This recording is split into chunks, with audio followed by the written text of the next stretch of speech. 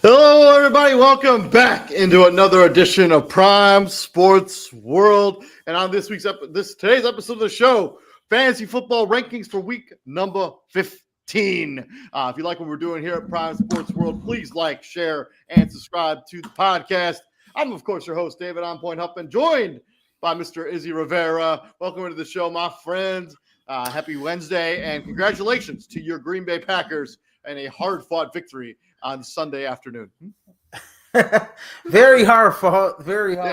And you know what? I want to say something. While we're on the show, I want to apologize to David's cat. Okay. Because the whole time I thought Pace was a boy, and David said, she's a she. It's a she. And I'm like, oh damn. I'm sorry. My bad. Okay. You never know with those cat people, guys. They'll come get you. It's true. David will come get you. He will come get you over his cat. My bad. Sorry, Pace. Pace is a contributor to this show for a long time by just popping up in the background. He doesn't have to say nothing. He just looks. Also, I wanted to give you congratulations on being the number one seed in AJ's Fantasy Football League. Man, big props to you, man. The number one seed, best team in the league. Got $200 for it, too. So if I lose, I got my money back. So that's cool. That's cool. And $200. And I eliminated your arch enemy, Andy Collins. So that's all that needs to happen. Yeah, I was stoked about that. Me and Josh Allen, man. I was stoked about that. Stoked that Andy got eliminated from our league. Not that I don't like Andy, but he just comes out of the depths of hell every single season. He's your Lex Luthor. He's your kryptonite. He is my kryptonite. I could have the best team in the league, and Andy will beat me in the championship game. And not just beat me by a couple points, literally obliterate me. And he'll start scrubs he picked up off the waivers. It pisses me off every year. He did that it had to be 2 or 3 years in a row that he eliminated me from that league or just the playoffs in general. I think he eliminated me one time in our league and then twice in AJ's league. So, but yeah, I'm in the playoffs in 2 of my leagues. They start this week. So yeah, I'm in the playoffs in three of my 4 leagues. The team that I'm with, Dan Kenny, if you remember Dan Kenny, I'm in a league with him. I've been in a league with him for a long time. I finished 1-11 in that fantasy league. You pulled the me, man. I didn't finish 1-11. I'm glad I got on the board twice in our league. I couldn't buy a win to save my life, dude. I lost Joe Burrow early in that season. I'm just rotating quarterbacks every week. It was just a disaster. Man, God, man. And then there are people that actually dropped Joe Burrow. Yeah, I did that. I didn't know he was coming back. I was like, are you kidding me? I'm so mad. But anyways, yeah. Now he's balling. But yeah, I have I can make if I win my matchup against Ed. Shout out to Ed. I make the playoffs in my league. So let's go, baby. Let's go. Well, in Greatest People, you guys, we actually played to week 18. For some reason, in most leagues are starting the playoffs this week. Yeah, so I like to play week 18. I think it's a challenge.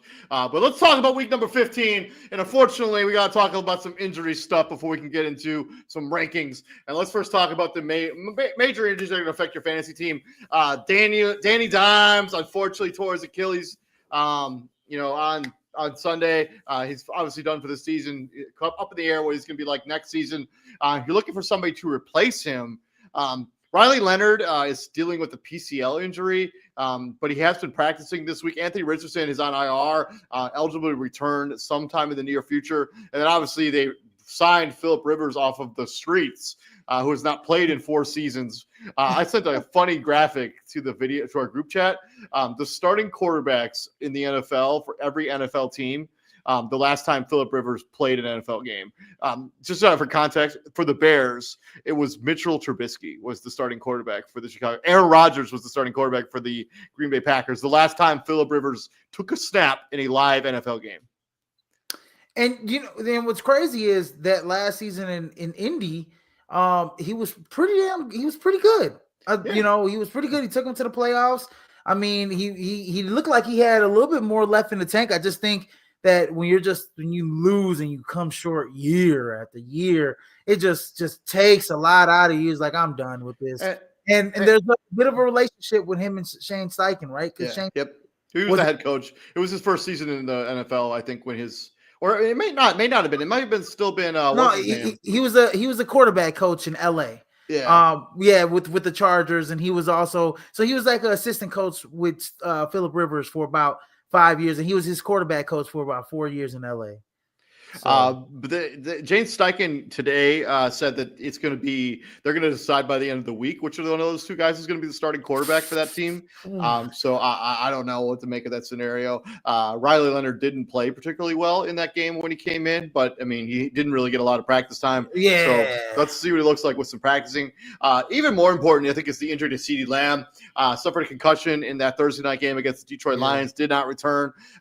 Was practicing today in a limited extension. But if you do own CeeDee Lamb, like I do, it might be worth it just to see if you can get like Ryan Flournoy, Jordan Addison, who's playing in that same game, and then Jalen Naylor, who's also playing in that same game. So CeeDee Lamb is, for some reason, because it's Sunday night, so there's only one other game after that game. So like if CeeDee Lamb doesn't play for some reason, you should have an insurance policy ready. You should have Jordan Addison on your roster. You should have Jalen Naylor. I mean, you should have these guys. See, the crazy thing about that CeeDee Lamb, it was a ground that caused that concussion. Yeah. And it looked like he for a split second he was out of it. You could tell like his body locked up a little bit for a split second. Then he came back to life. And like he didn't look bad on the sideline. I thought he was going to go back out there. I thought he was going to come back in, but that's why I'm like, this week it's kind of weird. I think they're just being super precautious with him. But he is practicing. He is practicing already, so I imagine he will play. Yeah. And then Tyrod Taylor and Justin Fields both banged up, not expected to play in that game against the Jacksonville Jaguars. So Brady Cook potentially will make his first start in the National Football League. I don't know anything about Brady Cook, so my advice to you is avoid all Jets. So if you were planning on starting, Adonai Mitchell, if you're planning on starting John Mechie, or Mason Taylor at the tight end position, the only one I think is safe is Breece Lightning Hall. Even that I would be pretty hesitant about. And then if you're somebody that held on to Trey Benson all this time thinking he was going to come back, unfortunately, no. His season, they did not activate him off the IR today. It was the deadline for that. His season is officially over, and he will not return this season. So Bam Knight and Michael Carter are still the guys you want to have in that Arizona backfield for the remainder of the season, along with the Mercado, however you pronounce it. So Demario Mercado, yeah. Yeah, so... but yeah, there's some injury roundup stuff. Hopefully that doesn't affect too many fantasy teams out there. But yeah, I would keep a very close eye on that CeeDee Lamb injury. We'll have more clarity as the week goes on. Like if he's not practicing in full by Friday and he's still in the protocol, I would have an insurance policy for sure. Moving on from there, let's enough about injuries. Let's talk about some rankings of some healthy players. Let's talk about quarterbacks. My number one guy is Matthew freaking Stafford, going up against his former team in the Detroit Lions. The injuries part of the Lions are really piling up. I think Matthew Stafford's going to have a really good day at the office as he tries to have his MVP moment against Detroit Lions. 2, Jalen Hurts. Yeah, really tough day at the office for him against the Los Angeles Chargers. But he goes up. He's got a good matchup here for the Philadelphia Eagles as they go up against the Las Vegas Raiders. Should be an opportunity for him to get back into just a good play there. 3, Josh Allen, going against New England. I think Josh Allen's just been on a tear the last couple of weeks. He's been too good not to start. Although he wasn't great against Pittsburgh. James Cook did most of the damage in that game. But he was amazing against Buffalo or against Cincinnati. And then the guy he played on Sunday, Joe Burrow, up against the Baltimore Ravens. Those teams always seem to have a shootout affair. Joe Burrow always seems to play well against the Baltimore Ravens. 5, Dak Prescott, going up against the Minnesota Vikings. Obviously, this ranking hinges very much on the fact that CeeDee Lamb, I expect him to play in that game. If he does not play, I'd probably drop Dak Prescott closer to 10 or so. But just keep an eye on him. And then number 6, Sam Darnold, got a pretty favorable matchup there against the not the Atlanta Falcons. They are going up against the Colts, who have given up some passing yards. I think Sam Darnold's going to want to feed to Jackson Smith-Njigba as they try to get him into the history books there. He needs 139 yards or so per game for the remainder of the season to break Calvin's record. Number 7, Drake May, coming off that bye. Number 8, Jackson Dart going against the Washington Commanders. Jackson Dart should have a good day of the week at the office there. Number 9, Lamar Jackson. And as you can see, there is an asterisk next to his name. He did not practice today, dealing with some undisclosed situation. He's always been dealing with some nagging injuries throughout the season. So if for some reason Lamar Jackson doesn't play, I would have a insurance policy ready to go. But I expect Lamar Jackson to play. I still have a number 9 going up against Cincinnati, but he hasn't been as good in fantasy as you would typically expect out of Lamar Jackson in seasons past. And then number 10, Brock Purdy, pretty favorable matchup there going up against the Tennessee Titans. And then my outside looking at it, I got Baker Mayfield playing on Thursday night. His Florida companion, Trevor Lawrence, going up against the New York Jets. And then I got Jared Goff rounding out my outside looking in, going up against the Los Angeles Rams on Sunday afternoon. And then my sneaky and daily, I got Tyler Shook at 4,600. I just think his rushing totals kind of keep his value sort of steady. I think he's got 3 rushing touchdowns the last 2 weeks. Sure, the passing yards aren't really there, but if he can get in the end zone with his legs, that's pretty good fantasy value. In fact, last week, I think he had over 20 points. First time as a fantasy as a starter in the NFL, went over 20 points in the league in a fantasy. Yeah, absolutely, man. I mean, he had 2 touchdowns last week. He had 3 touchdowns total. Oh no, 2 touchdowns total, 2 on the ground, and 1 interception, none through the air. And then he had 2 touchdowns. So yeah, he had 2 touchdowns in the last 3 weeks. Yeah, 21.26 fantasy points for Tyler Shook in week number, and then he had 17 points against Miami the week before. So yeah, he's been pretty steady. I mean, the last 2 weeks at least. And then his debut, he put up 18 points in that game where they upset Carolina. So I mean, he's been okay. I mean, he's been all right as the starter there for New Orleans. They're certainly not losing games because of him.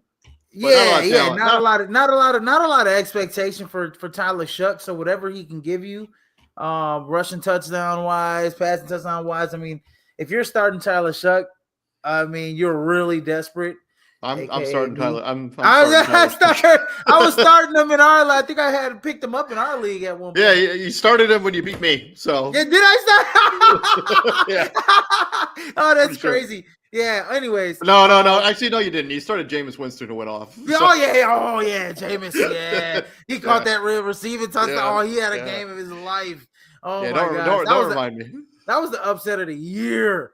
Anyways, yeah, Joe Burrow, Lamar Jackson at the top of my list, and everybody should know why, because when those 2 guys play against each other, they put up instant numbers, instant classics. Last year, godly, they the first game that they played, Cincinnati, Baltimore, those 2 guys I think were number 1 and number 2 in quarterback in terms of fantasy points. I'm pretty sure that when they played last time, Lamar Jackson really struggled and didn't play well in that game at all. Well, I'm saying the first game. I said the first game. I think the first game of the season, the first matchup that they had, not this. I wouldn't say the second matchup, but the first matchup that they had, I think both of them threw for like 350 something yards. Because remember they played on Thanksgiving a couple weeks ago, and the Bengals won that. No, I'm talking about last year. Oh yeah, okay, my bad. Yeah, remember last year? Both their games last year were absolute must-see television. Yeah, that's what I'm saying. That's what I'm bringing up. My bad for the context, David. Last year they were just in like instant offense last year. So I'm hoping that probably can happen. And especially both defenses have been terrible this year, and so I think that's going to be a high scoring. There's going to be a lot of high scoring affairs this week. In my opinion, I think Rams, Lions going to be a high scoring affair. I think Patriots, Bills are going to be a high scoring kind of game as well. I think Giants, Redskins is going to be somewhat of a quarterback duel in a way, even though you're like, you know what I mean? I got Marcus Mariota in my top 10. Let's look at that. Go Matt Stafford at number 3. I got Josh Allen at 4. He was the highest point getter last. I don't even think we need to even talk about that, David. He was I think he was the highest point getter last week. Can I call it right now? He was, yeah. But yes, he was. Okay, awesome. Josh Allen had like 47 fantasy points last week, 3 touchdowns in the air. And PPR scoring touchdown. Based on the point system that I use in Greatest People, 37.84 fantasy points. 251 yards passing, 3 touchdowns, and he had 78 yards rushing along with the touchdown, including that 48-yard scam. And I'll just get rid of it right now. Jameer Gibbs was number 2. He was not. He was not. Oh, well, no. He was top 3. He had 3 touchdowns. He was in the top 3, but not at number 2. Yeah, he was in the top 3. And then we got Dak Prescott. Yeah, Dak Prescott's in the top 5, especially if CeeDee Lamb comes back. But if he doesn't come back, I like what I saw out of Ryan Flournoy. Look for Jake Ferguson to get a lot of targets. We'll talk about him later on. Jalen Hurts, there's only way is up. Only way is up, buddy. Yeah, I guess. Only way is up. You're going against. It can't possibly get worse. Worse than what you did. I mean, I've never seen a quarterback have 2 turnovers in one play, but hey. Yeah, it hasn't happened since like 1978. And some other statistics think it was like the 30s last time it happened. So yeah, it's crazy. Drake May at number 7. 8, Jared Goff. Yeah, like I said, I think that matchup between the Rams and the Lions is going to be a high scoring game dependent. I mean, high fantasy point, especially. I mean, we'll see how it goes. Right, because it can go either way, right? I think if the Rams get ahead a little bit, you'll start to see Jared Goff kind of air it out a little bit more, just trying to, get points back, which very well could be the case. But if they're going tit for tat, I think this is going to be a high scoring affair. I think Jared Goff and Matthew Stafford going to put up some real good fantasy points for you. And then I got Jackson Dart and Marcus Mariota at number 9 and number 10. I think that's going to be a wild game, and especially like playoff starting, like. Going to the waiver wire, you need a quarterback. Deep league, if you're a 2-quarterback league, you ain't got a quarterback. I think you can take the risk on both of those guys. I think Marcus Mariota. I would be legitimately shocked if Jackson Dart is just sitting there in free agency in a 2-quarterback league. Yeah, absolutely, yeah. So we'll see. But I got Marcus Mariota top 10. I think that's going to be, one of those games that's going to be a wild game with the Washington Commanders and the New York Giants. And I'm outside looking in. Yeah, Patrick Mahomes going up against the Chargers at home. I'm just not impressed with the offense. They just don't look in sync. The offensive line is just not good. Yeah, good. It's great. It's terrible. Yeah, it's terrible, and he's just not like able to step into his throws or anything like that. And guys look disinterested. I mean, Hollywood Brown had the long catch, I think it was a 35-yarder. After that, he was non-existent throughout the whole game. They just lack like the down, like, and they shouldn't with Worthy and Rashee Rice back. But then it's like, you got Kelsey out there and he's just like dropping passes and he just looks like a shell of himself. I hate to see it, but Patrick Mahomes is on the outside looking in. Brock Purdy and Sam Darnold, and I think you mentioned Sam Darnold. This going up against the was it the Indianapolis Colts? Indianapolis Colts, yeah. So I think that could be one of those games where, depending on who's the quarterback, obviously, I don't think it really matters. Seattle's defense is legit. That game could be out of hand by the first half. At the end of the first half, so may not see. Well, we said that when they played against the Falcons, and that game was 6-6 at halftime, and then the floodgates opened for Seattle. In the second half, right? It's ridiculous. And then at 6,600, I'm going Shedeur Sanders against your Chicago Bears. He threw for over 350 yards. He had a rushing touchdown. He had three passing touchdowns. I mean, he had himself a day. The only thing he didn't get was a 2-point conversion. So that's the only thing he didn't get was a 2-point conversion. So going up against the Bears, on the road, we'll see what Shedeur does. So it's going to be cold, like real cold in that game. Yeah, they'll rely on they'll rely on his running back, which we'll Quinshon get to in a Junkins. second. Yeah. But yeah, from those quarterbacks to those rock toters, let's talk about them running backs. Go ahead, brother. Yeah, we'll talk about Jahmyr Gibbs, number one. I mean, he had 3 touchdowns last week. And I believe he's had like what 6-7 touchdowns in the last 3 weeks. Look that up for me, David. Well, give me a second. But yeah, he's been on an absolute tear. Yeah, it's been absolutely ridiculous for Jahmyr Gibbs. I'll look it up right now, but he's been absolutely on. Yeah, he's got 5 touchdowns in the last 3 weeks, 6 touchdowns total, including 1 catching against the Giants. He had 3 touchdowns against the Giants, and then had 3 rushing touchdowns against Dallas. He's just been a do-it-all guy. 77 yards as well, catching the ball, receiving last week as well. He's been probably top 5 running back so far this year. And then number 2, Derrick Henry. Going up against Cincinnati, one of the worst run defenses in the league, one of the worst defenses in the league, period. And I just think that game is just going to be an up and down affair. And I think Baltimore just, they really hanging on by a thread here. They really need that. They have to win out pretty much. They have to win out in order to make the playoffs. There's no ands or ifs about it. Number 3, Christian McCaffrey. 4, Saquon Barkley. We already know Christian McCaffrey. I don't really got to say much. He's just, he's their offense, pretty much, number 1 in, everything, for them, catching. He's going rushing into a pretty favorable matchup there with the Tennessee Titans coming off the bye. So you expect him to be pretty well rested. I think they're going to run the sprockets off him. Oh, they're going to run the sprockets off of Tennessee. And number 4, Saquon. We finally got to see a breakout rush from Saquon. That was a thing of beauty from him with the I think it was a 55 or 50 yards, 48, something like that. Something like that. It was close to that. Yeah, well, we got to see something. And then number 5, James Cook going up against the New England Patriots. He should have a favorite, have a decent little game there. I just think the volume's going to be there for James Cook, but that New England defense is good. Is stacked. It's really good. They've only allowed 1 100-yard rusher. It was against Chase Brown and the Cincinnati Bengals. Yeah. So I mean, look to see him maybe get, catch a couple screen passes. I mean, he'll if they get in the red zone, you got to give it to him. So I also think like Ty Johnson in like super deep leagues, I think he has some sneaky value too. Yeah, in the red zone. Yeah, very touchdown dependent.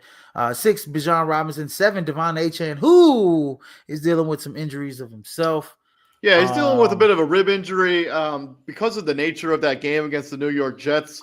They decided to hold him out, but I think the coach said and Achane said he avoided a major injury, no broken ribs there, so he should be able to go on Monday night against the Steelers. Yeah, so if he can't go, I would have Ollie Gordon like on your team, or I would have I don't know who else you could have in that. I forgot. It was Godly, his name is escaping me right now. Well, they're going against the Steelers, so I mean, if Kenneth Gainwell is available in free agency and you have Devon Achane, I would pick up Gainwell. I don't imagine he's available. He's been pretty good this season, and then Ollie Gordon is his backup, the rookie. If he's available in any kind of form. Obviously, Ollie Gordon. I think what was it? Jalen Wright. Yeah, who got a decent amount of I think he got the bulk of the touches in the second half for the Dolphins, if I'm not mistaken. So and then we're going Chase Brown, especially in that matchup. I just think that's going to be a good matchup just for fantasy purposes. Number 9, Bucky Irvin, and then round of my top 10 is Javonte Williams with the Cowboys going against the Vikings. Yeah, Jalen Wright did have 24 carries after Achane went out for 170 yards. That's how he. So. And then on the outside looking in, Quinshon Junkins. I think you're right, David. It is going to be cold in Chicago, so running that football is going to be something that Cleveland's going to have to do. I think Quinshon Junkins gets a decent amount of touches in that game against Chicago. Travis Etienne, and then Kyron Williams round out my top 13. Kyron Williams and Blake Corum, and we'll get to that right now. FanDuel. Yeah, 6,000. You're going to roll the dice. Kyle Mananga. All right, Mufasa. At 6,000, I love the way he runs the football, man. He is just a bowling ball. And if you go back to that game against the Tennessee Titans, Tony Pollard had himself a day, and and so Kyle Monga, if he's able to get Tony Pollard level touches, like he should have a 100-yard rushing at 6,000 on FanDuel is very, very cheap. And then Blake Corum, despite being RB2 with the LA Rams, I believe I believe he had a solid outing last week. He had a couple touchdowns. He had 2 touchdowns. He had 2 touchdowns, about the same amount of touches as Kyron Williams. I will say though, because I have Kyron Williams in a bunch of leagues actually, because I love Kyron Williams. Blake Corum got a majority of his touches in garbage time after the game was weighing decision. When the game was still sort of in doubt, Kyron Williams was the guy. But Blake Corum, depending on how things go, he's going to get some goal line touches. Like he's frustrating. He's frustrating me as a Kyron Williams owner. Yeah, exactly. So at 6,000 in FanDuel, if you're looking to stack up the chips somewhere else, you can, those 2 guys I think are good options. So.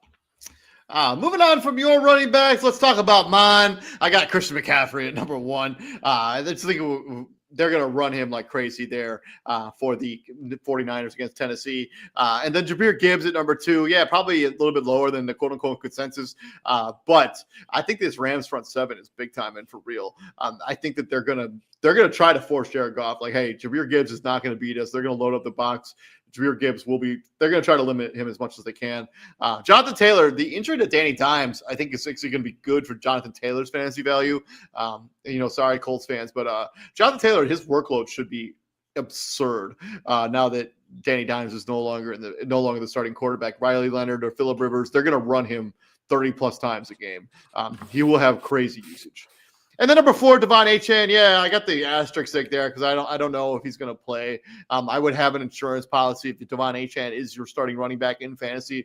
I would have Kenneth Gainwell. I'd have Jalen Wright. I'd have either of the Miami Dolphins guys. But all stat points to him being able to play, which is why I have him at number 4, because he's been incredible this season. I've been a little bit of a hater on Devon Achane, but I cannot doubt how good he's been this season. 5, Derrick Henry going up against Cincinnati. I think that's a good matchup for Derrick Henry. 6, Bijan Robinson playing tomorrow night, going up against Bucky Irving on the other side at 6 and 7. Both those guys, passing, rushing, both have really good value. James Cook, a little bit lower on James Cook, at least than you are. I think New England's defense is big time, and I think Ty Johnson's also going to eat in his touches in the passing game. So a little bit concerned about James Cook just for this particular week. Number 9, Saquon Barkley. Yes, we finally saw what we saw out of Saquon Barkley for majority of last season. We just haven't seen enough of it this year. I think he's going to be fed the rock against Las Vegas. I think that's going to be a good game for Saquon Barkley. And then 10, Kyron Williams. He's been the number 1 running back there for a very high-powered offense. He also catches passes out of the backfield. The Blake Corum thing is just frustrating me as a fantasy owner, but I understand why they're doing it. But Kyron Williams, I think he's so touchdown dependent right now. It's just tough to have him any higher than 10. And then I got RJ Harvey. We saw what the Chicago Bears were able to do against the Green Bay Packers in terms of rushing the football. I think Denver is going to deploy a similar strategy, and I think they're going to give RJ Harvey 20-plus touches against Green Bay for the Denver Broncos. Then Chase Brown going against Baltimore. We saw what Kenneth Gainwell and Jalen Warren did last week. They both had pretty good days at the office. I think Chase Brown has that kind of potential as well. And then 3, Javonte Williams. Dallas going up against the Minnesota Vikings. Nobody else is getting touches in the backfield besides Javonte Williams. He's a safe plug-and-play for the remainder of the season. For Dallas. And then my sneaky and daily, I got Bam Knight of the Arizona Cardinals at 4,900. And then who I just talked about, Blake Corum at 4,800. Bam Knight is going to be the guy there probably for Arizona for the remainder of the season now that Trey Benson's for sure not returning. Bam Knight, 4,900. Had a touchdown last week, sort of in garbage time against the Los Angeles Rams. And Blake Corum in that same game also had 2 touchdowns. So he's pretty a safe plug and play if you're looking for somebody, if you're like in a deep league, 16-plus teams or something.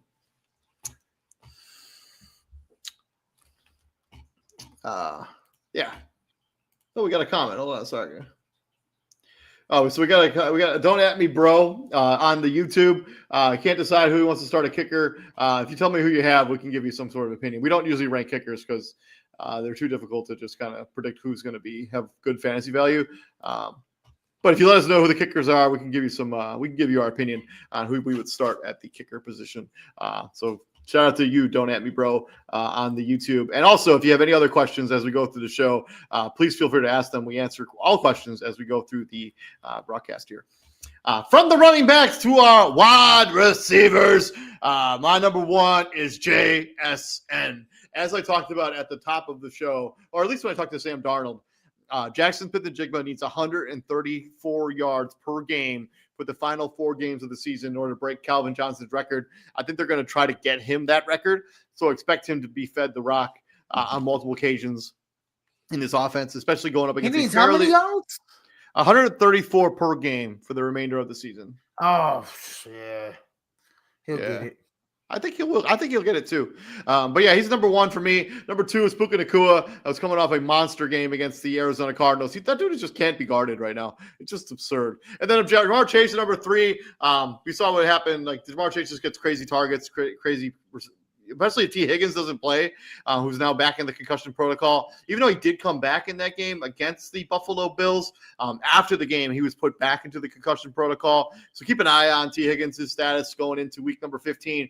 But Jamar Chase is, reliable there. Number 4, I got CeeDee Lamb at number 4. I expect him to play, but I mentioned multiple times during this show, I would have an insurance policy ready to go if CeeDee Lamb is unable to go. Number 5, the Sun God, Amon-Ra St. Brown. Detroit Lions going up against the Los Angeles Rams. He came back, a gritty performance against the Cowboys with that injury. Should be fully healthy this week. Look for him to get back to his normal production. And then number 6, Tenero McMillan of the Carolina Panthers. Very nice matchup against the New Orleans Saints. So I think if you had him on your bench in his bye week, I would put him back into your starting lineup. Number 7, A.J. Brown going against the Las Vegas Raiders. This should be a get-right game for the Philadelphia Eagles and that offense. Number 8, Nico Collins. He seems to be the only one outside of Bobby Schultz's cousin to get targets there for the Houston Texans. 9, Rashee Rice. I know you had a pretty down game against the Houston Texans, but the Houston Texans are lining up on the other side of the field against Kansas City this week. They're going up against the Chargers. Should be a good game for Rashee Rice. And then quietly, Michael Wilson. Ever since Maserati Marv has been out of the picture, Michael Wilson has put up crazy fantasy numbers in the few weeks that he's been, quote-unquote, wide receiver number 1. Let's see. Since he's been wide receiver number 1, I know he had a bad game against Tampa Bay in week number 13, but he had against San Francisco 33.5 points, 21.8 points, and 37.2 points. So in 3 of the 4 games that he's been wide receiver 1, he's been over 20 points. That's pretty good fantasy value from a guy you probably just picked up off waivers and you just plug and play and started. Michael Wilson at number 10. And then my outside looking in, I got Zay Flowers, who had a monster game against the Pittsburgh Steelers in a loss, but still the target share is there for Zay Flowers. Number 2, Justin Jefferson Jetta. Seems like criminal to have him this low, but that offense just doesn't look great with J.J. McCarthy. I know they bounced back a little bit with last week against the Commanders, but I still don't think that Justin Jefferson's having a good season. And number 3, Jalen Waddle quietly had a really nice fantasy season for the Miami Dolphins. And then my sneaky and daily got Devon Vele of the New Orleans Saints. Has been very involved in that passing attack with Tyler Shook. And then Alec Ayo-Minor for the Tennessee Titans has had a pretty good season for his rookie campaign for the Tennessee Titans. Pretty good value there at 3,500. And I think, the Texans should get down in that game, or the Titans, should get down in that game, and they're going to have to throw the football. And Ayo-Minor, along with Cameron DK, I think also has some pretty sneaky value in fantasy. Yeah. Alec Ayo-Minor. Actually, in if you play in let's say this season a league where they have where you get credit for return yards. Cameron DK, I don't think that's his first name. DK, his last name that's for sure his last name. He has more all-purpose yards than anybody in the NFL this season. Yeah, I mean, I'm staying away from all Titans, Tennessee Titans wide receivers. I mean, he's the one thing about Alec Ayo-Minor is he's getting a ton of targets a game. He's Yeah, got yeah. 67 targets on the season. He's only caught 30 balls, which means that Cam Ward is just really isn't all that accurate throwing it to him. Yeah. And so, but last week was one of those weeks where he had 7-8 fantasy points. I had him on my bench all season long. I was hoping that he'd break out. But because he's such a big body, I think next year as that offense progresses and Cam Ward progresses as a player, I think you'll start to see Eli Kyle Manor become carve out more of a role in the NFL and in that offense period.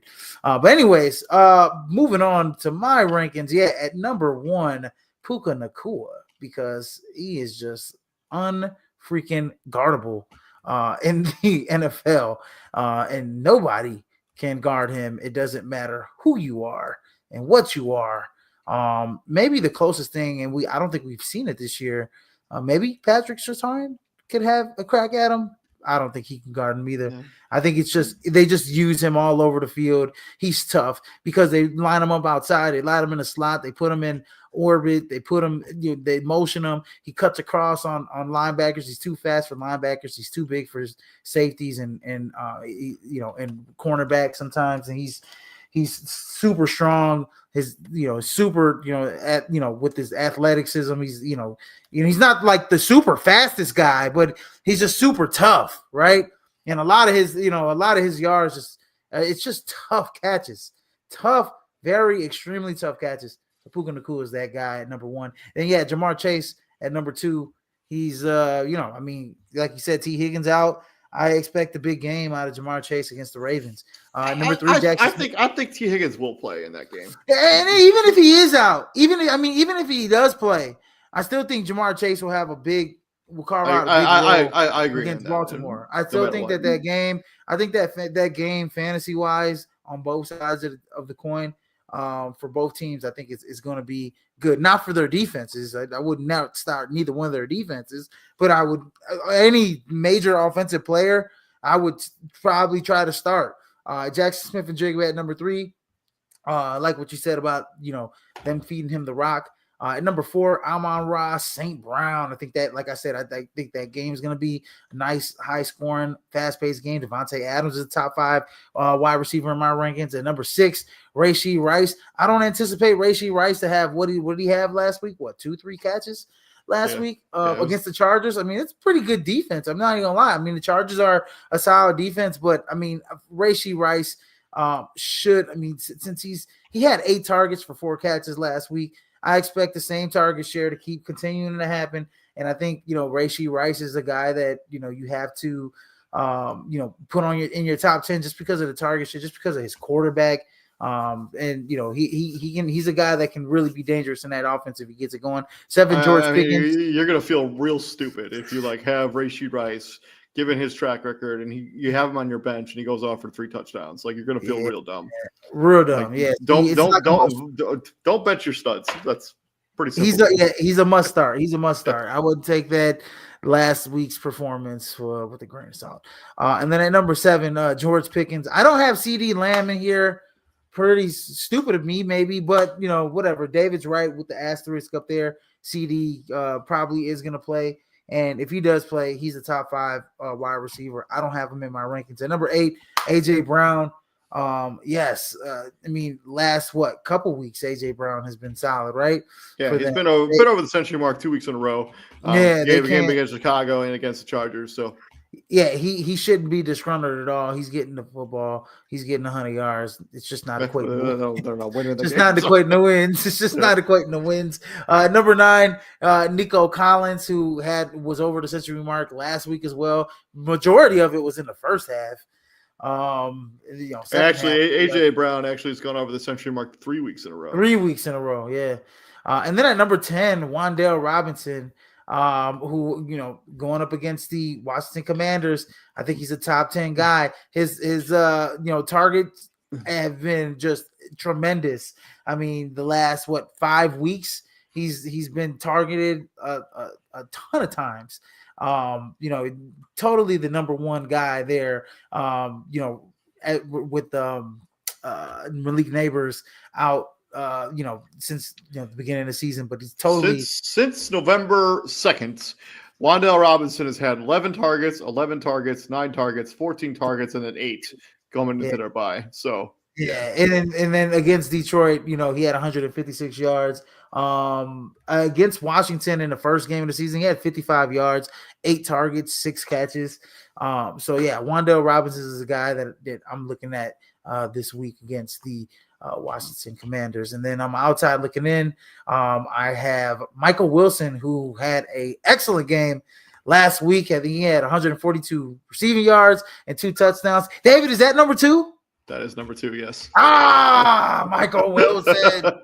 Yes. 37.2 fantasy points. 37.6, whatever, fantasy points, yes. And then Tedero McMillan finally got his name. I'm always so used to calling him T-Mac, but Tedero McMillan outside looking in. I like him. Carolina versus was it New Orleans, right? Correct. Yes, New Orleans. And then Stephon Diggs. First game against Buffalo had a pretty damn good game. Oh yeah. He the first game. I think he had like 10 catches in that game. So man, he had over 100 yards, 10 catches. I think he had a touchdown. He was balling against his former team. So I expect Stephon Diggs to have another good game against Buffalo. And then cheap options in FanDuel, 5,700, Jerry Jeudy and Luther Burden. Expect Luther Burden to have, if Rome Odunze, I'm not sure what his status is. I haven't seen it yet, but I'm not sure if Rome is playing, but if he isn't, Luther Burden looks like that guy that Caleb Williams looks to. But going up against a Cleveland Browns defense that's pretty solid, especially if the offense can sustain drives, if they're, that could be a possibly low scoring game. And we talked about it's going to be cold, maybe not a lot of passes going on.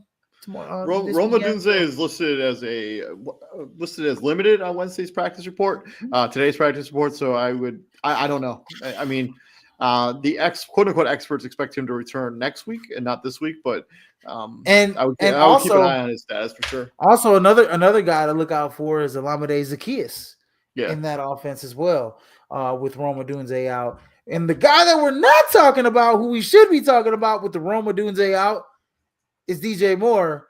But for some reason, I mean, I talked about this early on the podcast. He is just falling out of the offensive tree. For some reason, he is just not looked at. And it's really bothersome to a lot of Bears fans and just NFL pundits.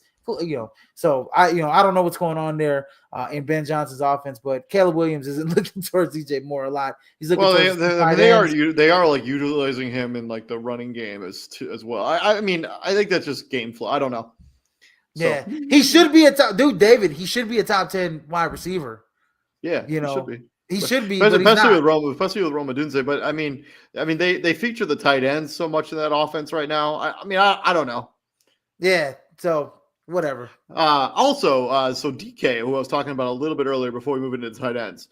So he has 1,900 all-purpose yards. He leads all players in the National Football League in all-purpose yards by over 300. Like crazy numbers. So if Christian DK from Tennessee. Yeah, like 1,900 all-purpose yards. Most of that is in kick return yards, where he has 1,300 yards, 1,300 of those. But still, if you're in a league that counts that stuff, he's probably been a money fantasy player. That's so funny, man. But from those wide receivers, let's talk about them bulkier pass catchers, the tight ends. Go ahead, brother. Number 1, George Kittle. Yeah, he's got to be the number 1 tight end this week. I don't particularly like the tight end matchups for the other guys this week. I don't like the Trey McBride matchup going into Houston. Yeah, I got him at number 4 too. I got him a little bit lower than I normally. I don't like Brock Bowers. I don't like Brock Bowers going into Philly with Kenny Pickett at quarterback necessarily. And then Tyler Warren, Indiana. The guys that were been top 5 tight ends, Tyler Warren with Riley Leonard and or Phillip Rivers throwing him the football at Seattle. I do not like any of those matchups. The one guy that I do like, though, Harold Fannin. He's been on a tear. My guy, Harold Fannin. Especially since David Njoku not expected to play in this game. So. My God, Harold Fannin is number 3 on my rankings, man. So expect Harold Fannin to do big things as long as Shador is throwing him the rock. No, David Njoku. He finished as the number 10 player in fantasy this past weekend with 8 catches for 114 yards and a tutty. So yeah. So yeah, Harold Fannin's that guy right now for Cleveland. And then number 6, I got Jake Ferguson. Expect his target share to kind of go up if CD isn't a go. Which we think he should be able to, go. But going against Minnesota, I mean, I think that he's going to have his opportunities against a weaker defense. Colston Loveland at number 7, and I know it's kind of, saying something, but I think, he's got some opportunities, especially, in that offense. If Roma Dunze doesn't go, him and Cole Kmet, kind of like similar players, but I like Colston Loveland to possibly get a touchdown. I mean, Cole Kmet was a guy, last week to get the touchdown. Yeah. So that's what separates you as a tight end, getting in the top 10 and not being in the top 10 is those touchdowns and getting those easy throws in space. And then at number 8, I got Dalton Kincaid. He had a pretty good game last week. Finally returned from injury over missing the last 3 weeks. Came back in week number 14. Looked like everything that you wanted out of Dalton Kincaid. Like, he's looked awesome. Yeah, man, absolutely. I think Buffalo, they're gonna need him against New England. I think Josh Allen's gonna definitely have to look for him in the red zone, especially 30 yards and in. Dalton Kincaid is gonna be heavily relied on, especially in that game. And then Jawan Johnson going up against Carolina. I think that game should be possibly a shootout. 4 targets, 4 catches for 38 yards last week. No touchdowns, though. That's the only thing that's been killing him. He hasn't been getting the touchdowns. And, it is what it is. I mean, you're playing with a rookie quarterback. But I still think that, hopefully in this game he can get in the end zone. And I think he will get a good amount of targets going against that defense. And then number 10, Brenton Strange. Last week didn't really have such a good game. I think he's been pretty decent, like second half of the season for the Jacksonville Jaguars. They have a solid matchup against the Jets, so I expect Brenton Strange to possibly get in the end zone here this week. But he's definitely a top 10 tight end. And I'm outside looking. I got Hunter Henry. I think Hunter Henry's the guy that they're gonna Drake May's gonna have to rely on definitely down the stretch and throughout the whole game. For check downs and stuff like that. When the deep ball isn't there. Against Buffalo, and then Kyle Pitts and Isaiah Likely, which is crazy to say, but Isaiah Likely has been actually putting up. I think he's been the better end. Yeah, I think he's been the better tight end out of him and Mark Andrews, in my opinion. It's close. So yeah, it's close. I'd rather have Isaiah Likely. I just think that down the field, Lamar's looking for him. So give me Isaiah Likely, and then on FanDuel, he's one of my options at 5,200, and then Mike Gesicki at 5,100 for the Cincinnati Bengals. He had himself a nice game last week. He's going to having a good matchup against Baltimore this week. I like Mike Gesicki to play a pivotal part, especially if T. Higgins is out in that game. Mike Gesicki and Jamar Chase should put up some numbers with Joe Burrow. So.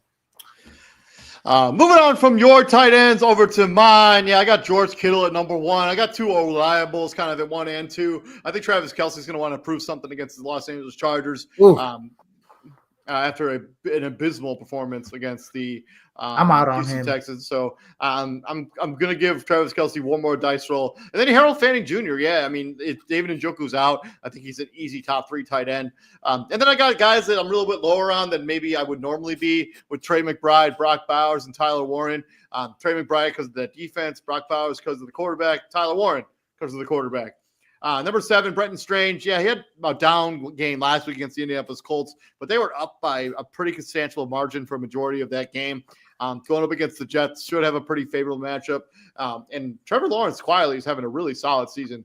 He's not turning the football over. So kudos to the Jacksonville Jaguars. And they're money at home. I know they're on the road this week, but at home, I would not bet against Jacksonville at all. They are like money at home. He plays the best at home. Yeah, So, Liam Cohen seems to be getting the best out of this offense right now. So, I mean, great yeah. hire there. Kyle Pitts Sr., still no Drake London. I mean, even with Kirk Cousins, I think I like him at number 8. And number 9, Dalton Kincaid. I probably should have him over Brenton Strange and Kyle Pitts Sr. I'm really high on Dalton Kincaid going forward. He's become that number 1 target for Josh Allen and the Buffalo Bills. Number 10, Jake Ferguson. Yeah, if CeeDee Lamb isn't a go, Jake Ferguson probably should be higher on my rankings.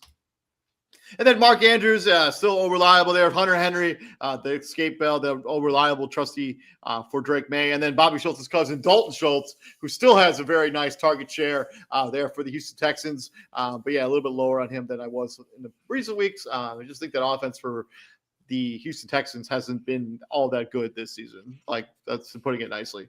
And then my sneaky daily, I got Mr. Touchdown Vulture himself, Mr. Colby Parkinson, who has a touchdown in 4 out of 5 weeks. So like he has like, so 4 catches, 1 touchdown, 2 catches, 1 touchdown, 4 catches, 1 touchdown. And then he didn't have a touchdown against Carolina, a game they lost. So the key to the Rams winning games is to get Colby Parkinson a touchdown. So against Arizona last week, 3 touchdowns, 3 catches, 1 touchdown. So yeah, Colby Parkinson is just hawking touchdowns. But yeah, shout out to him. I think he's a good play in fantasy. Also Davis Allen, another tight end in that offense, also pretty good value there in DraftKings. But Colby Parkinson, I think he has really good value at 3,200 on DraftKings. And that offense, they run 12 personnel, so they're running 2 tight ends like a lot of the time. So Colby Parkinson, especially off if they get the run, they're getting the run game going, especially off of play action passes on the corner routes, rollouts. Colby Parkinson's a guy that, man, you can't overlook. Especially it's like too bad that like Tyler Higbee has kind of become a shell of his former self following injuries. Like he hasn't been good since that injury. So Davis Allen, Colby Parkinson, those are 2 guys to keep an eye on for when it comes to Sneaky and Daily and DraftKings. From the other side of the football, these defensive rankings, my number 1 defense is the Houston Texans, going up against the Arizona Cardinals, I think? Yes, Arizona Cardinals. I think the Houston Texans, that defense is so for real. It doesn't matter who the matchup is. Seattle Seahawks going up against Riley Leonard / Phillip Rivers, Indianapolis Colts. Philadelphia Eagles going up against Kenny Pickett, who they know very well, in the Las Vegas Raiders. That would be crazy if Kenny Pickett just rips them up on the road. Mean, yeah, but I don't think that's going to happen. That's not going to happen, but I'm just saying it would be fun. San Francisco 49ers going up against the Tennessee Titans and Cam Ward. I think their offensive output in week number 13 is going to be an outlier. 14 is an absolute outlier. They will not have that performance again this season. And then the Jacksonville Jaguars at number 5 going up against who is probably Brady Cook for the New York Jets. I mean, I don't know what to make of that. Brady. I think Brady Cook is rookie out of Missouri. I literally have no. I do not know. I believe so. I believe he's the rookie out of. I believe he's a rookie. He used to go to University of Missouri. Strong arm, but yeah, I don't. I've never ever have trusted a Missouri quarterback ever. They don't have. I mean, Drew Lock was decent in the NFL. I mean, Drew Lock, Blaine Gabbert. Who else? Well, you know what? I will say this. This guy, what's his name? Chase Daniel was pretty solid. You know, sure. He was a backup. He was like the most highest paid backup for a long time. Yeah. So I mean, he can really hold that clipboard. Let me tell you. He put up crazy numbers at Missouri. I mean, everybody gets drafted in the NFL put up crazy numbers in college. Unless you're Tim Boyle. No, Missouri quarterbacks put up some serious numbers, bro. Like some inflated numbers, and then it's just like, oh yeah, this quarterback, he gets drafted in the NFL, he's nothing. You know what I mean? So. Anyways, the Jacksonville Jaguars at number 5, probably too low on the Jaguars. They probably should be up a little bit higher because the Jets are just going to be a mess if they don't have at least Justin Fields or Tyrod Taylor at quarterback. And then my outside looking, I got the Tampa Bay Buccaneers playing tomorrow night against the Atlanta Falcons. And then playing against each other, I got the Broncos and the Packers at 2 and 3. I just couldn't really pick between those 2 teams. I think that's going to be a low-scoring game between those two franchises. The Broncos defense is for real. The Packers defense is for real. And we never really know what version of Bo Nix we're going to see from game to game. So I think you can roll the dice on either of those two defenses. And then my sneaky and daily is also the Green Bay Packers at 2,800. They're at the bottom 10 of in terms of value when it comes to defenses. I just think that's criminal. So, man, the only thing, man, Denver's at home and they've won what, 10 in a row? 11, something like that. 11 in a row. Crazy. Yeah, not a good week for defenses. There are, I mean, the Seahawks and the Texans are must starts, obviously. Jaguars, 49ers, I believe, must start. These top 5 guys in the rankings are must starts, in my opinion. I mean, you got the Eagles going against a backup quarterback. You got the 49ers, going up against, Cam Ward and the Tennessee Titans.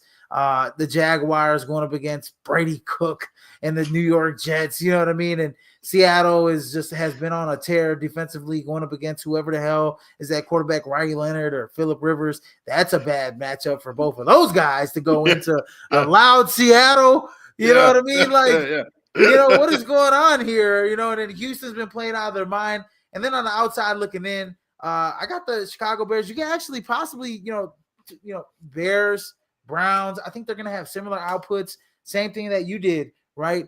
Broncos, Packers. I think they're going to have similar outputs. I think that those two games are going to be low scoring possible games. And then I got the Pittsburgh Steelers. They're on the outside looking in, along with the Cowboys, who, obviously their defense is not that great, but JJ McCarthy, one good game. This offensive line hasn't been good. I mean, if you can get a touchdown from and you got what's his name in the backfield returning kicks, Devontae Turpin. I mean, I could see the Cowboys defense having a gem of a game against Minnesota this week. And we know when they were really good in fantasy, what was that, 3 years ago? They were they had the best turnover to end point per game differential as a defensive unit. When they had Deron Bland picking off and pick six in everybody like every damn week, and Trayvon Diggs was picking everybody off, and that defense was just flying around the field.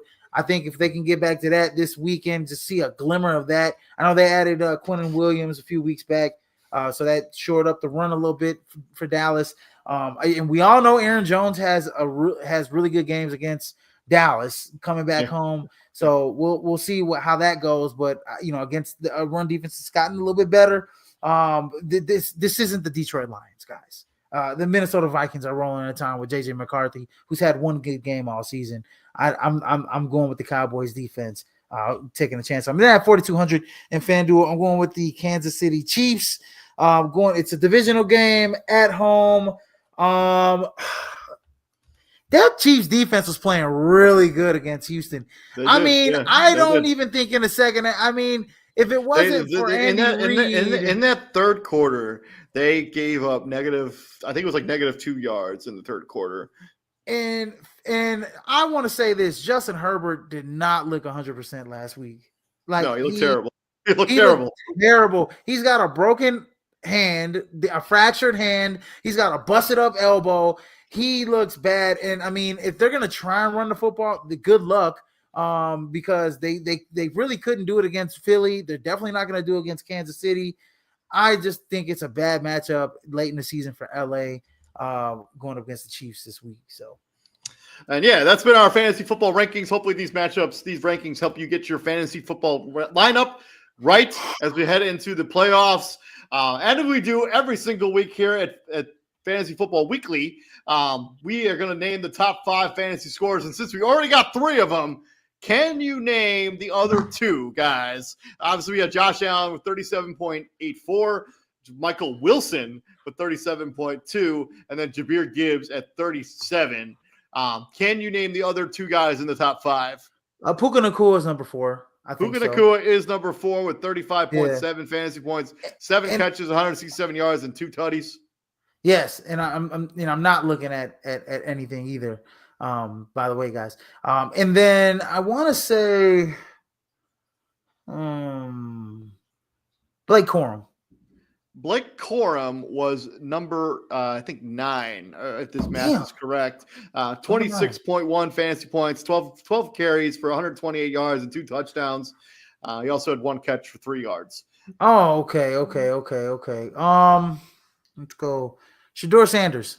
Shedeur Sanders was the number 5 fantasy football quarterback. He had 364 yards passing, 3 touchdowns, and a pick. He also ran for 3 times for 29 yards and a touchdown. Good for 33.46 fantasy points. Rounding out the top 10 is Jackson Smith-Njigba, Tony Pollard, T. Higgins, and Ryan Flournoy. So good, big boy. Good production. I didn't realize how big Ryan Flournoy was. He's a pretty big wide receiver, 6'2", 6'3", pretty fast. He showed up a little bit last week, so I don't know. Yeah. We'll see. I think if CeeDee Lamb doesn't play, I would have him on my roster. I would just literally swap him. If CeeDee Lamb was unable to go. Absolutely. But when it's all said and done in week number 15, who's going to be the highest scorer in fantasy football? Oh man, this is good. This is a good one. I think there's going to be some high scoring games this week. If I had to choose, man, let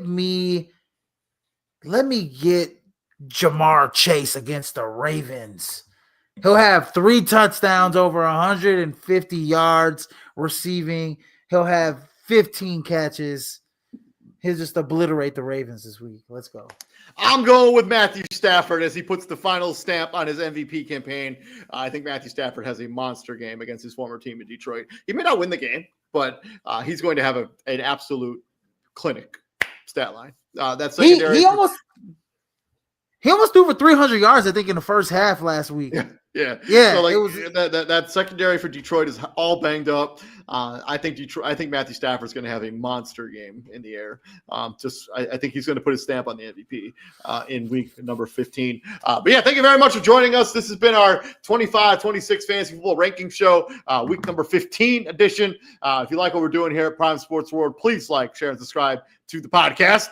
I'm David Huppman. There's Izzy Rivera. And Izzy, what do we do here at the Prime, my friend?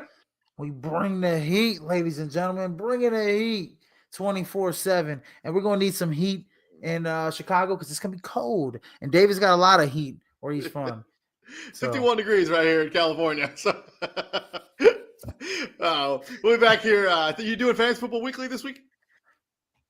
We're doing Fantasy Football Weekly right now. I mean, college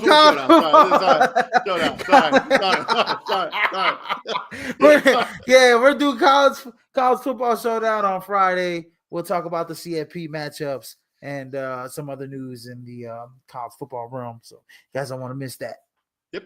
Stay connected with us. Like, share, and subscribe. We'll be back here next week /Friday. You all have a good weekend. Stay safe out there. Peace out, brother. Peace out, fellas.